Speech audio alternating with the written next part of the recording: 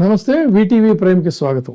ఆదివారం నాడు ఢిల్లీలో జరుగుతున్నటువంటి ఎన్నికల సందర్భంగా చంద్రబాబు నాయుడు గారు అక్కడికి వెళ్ళి ఆయన ప్రచారం చేశారు.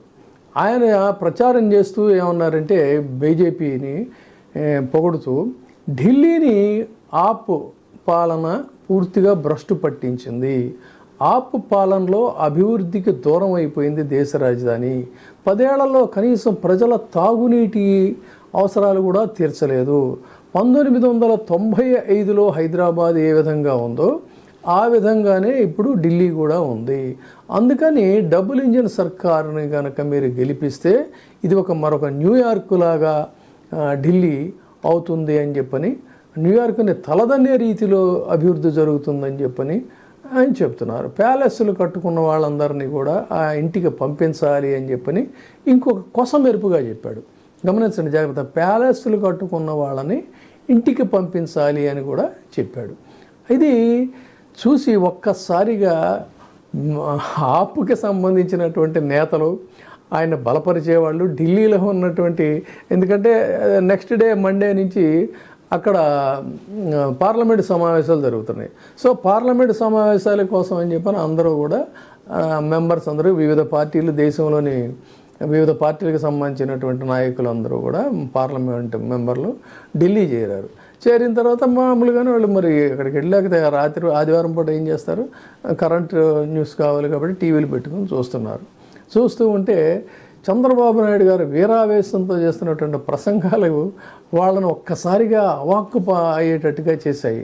ఇక ఢిల్లీ ఆప్ అయితే ఆ దెబ్బకి ఒక షాక్ తిని అదేదో సినిమా డైలాగ్ లాగా మైండ్ బ్లాక్ అయిపోయి ఆయన ప్రసంగానికి, అరే రాజకీయం అంటే ఇట్లా ఉంటుంది రాబోయే అని చెప్పని వాళ్ళు మాట్లాడుకుంటున్నారు. ఎందుకు వీళ్ళు ఇంత ఆపసోపాలు పడేటువంటి స్థాయిలో ఇంత చంద్రబాబు నాయుడు గారి ప్రసంగం ఎందుకు ఇంత షాక్ ఇచ్చింది అని కనుక ఒక్కసారి పరిశీలిస్తే వీళ్ళందరికీ ఉన్న స్వానుభవం ఏంటంటే 2019లో ఆంధ్రప్రదేశ్కి ఏ కేజ్రీవాల్ని అయితే ఇవాళ ఆయన విమర్శిస్తున్నాడో ఘాటైనటువంటి పదజాలంతో, ఆ కేజ్రీవాల్ని, మమతా బెనర్జీని, ఫారూక్ అబ్దుల్లాని, వీళ్ళని 2019లో ఆంధ్రప్రదేశ్కి పిలిపించి వాళ్ళ ద్వారా మోడీని తిట్టించాడు.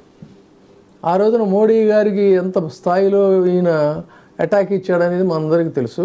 అంతేకాకుండా వీళ్ళందరితో కూడా తిట్టించి మన కేజ్రీవాల్ని ఆహా ఓహో ఇంద్రుడు చంద్రుడు యంగ్ లీడర్ అని చెప్పని ఆ రోజున ఆయన ఆకాశానికి ఎత్తాడు. అదే ఆ యంగ్ లీడర్ని ఇవాళ ఆ ఢిల్లీకి వెళ్ళి ఈ నోటికి వచ్చినట్టు మాట్లాడతాడు. ఇంకొక విచిత్రం ఏంటంటే పాపం రేపు అతను ఆపు గెలుస్తుందా ఓడిపోతుందా అనేది ఇమ్మెటీరియల్, కానీ ఈ స్టైల్ ఆఫ్ ఇది చెప్తున్నాను నేను. ఇదే ఆప్ కేజ్రీవాల్ అతను ప్రత్యక్ష రాజకీయాల్లోకి రాకముందు ఆర్టీఐ కమిషనర్గా ఉండేవాడు, అంతకుముందు ఆర్టీఐ కార్యకర్తగా కూడా మంచి యాక్టివిస్ట్గా కూడా ఉండి అసలు మంచినీళ్ళని పాల కంటే కూడా అత్యంత ఖరీదుగా అమ్ముకుంటున్నారు ఢిల్లీలో. ఈ మంచినీళ్ళ ప్లాంట్స్ పెడుతున్నారు, ఇది చాలా దుర్మార్గం, దీన్ని మేము అధికారంలోకి వస్తే ఫ్రీగా ఇస్తామని చెప్పని అప్పట్లో ఆయన ప్రచారం చేశాడు. అధికారంలోకి కాదు, అసలు ఈ ఇష్యూనే ఆయన ట్యాకప్ చేశాడు. ఆ ఇష్యూ ట్యాకప్ చేసిన తర్వాత అప్పుడు ఢిల్లీ ప్రజలందరూ కూడా శభాష్ అని చెప్పని అనుకున్నారు. అలాంటి ఆ ప్రసంగాల ద్వారానే ఆయన అక్కడ ఢిల్లీ ప్రజల్ని ఆకట్టుకోగలిగాడు. కొంత ప్రయత్నం కూడా చేశాడు, మొత్తానికి దాన్ని నిలువరించాడు. ఈ ప్లాంట్స్ పెట్టుకొని నీళ్లు అమ్ముకోవాలనేటువంటి వాటిని, ఆ చరిత్ర అంతా కూడా అక్కడ స్థానిక ప్రజలకి తెలుసు. తదనంతర కాలంలో రాజకీయాలు, వ్యవహారాలు ఇవన్నీ కాదు ఇక్కడ మాట్లాడుకునేది. తర్వాత ఆయన పాపం ప్యాలెస్ కట్టుకోలేదు. ఇప్పుడేవో మరి ఇవేవో ఉన్నాయి లిక్కర్ స్కామ్లు, వ్యవహారాలు అవన్నీ కూడా కాలమే నిర్ణయిస్తుంది, అది వేరే సంగతి. రేపు ఆయన గెలుస్తాడా ఓడిపోతాడా అనేటువంటిది కాంగ్రెస్ పార్టీ ఒకవైపు దూరం అయింది, ట్రయాంగిల్ ఫైట్ జరుగుతుంది.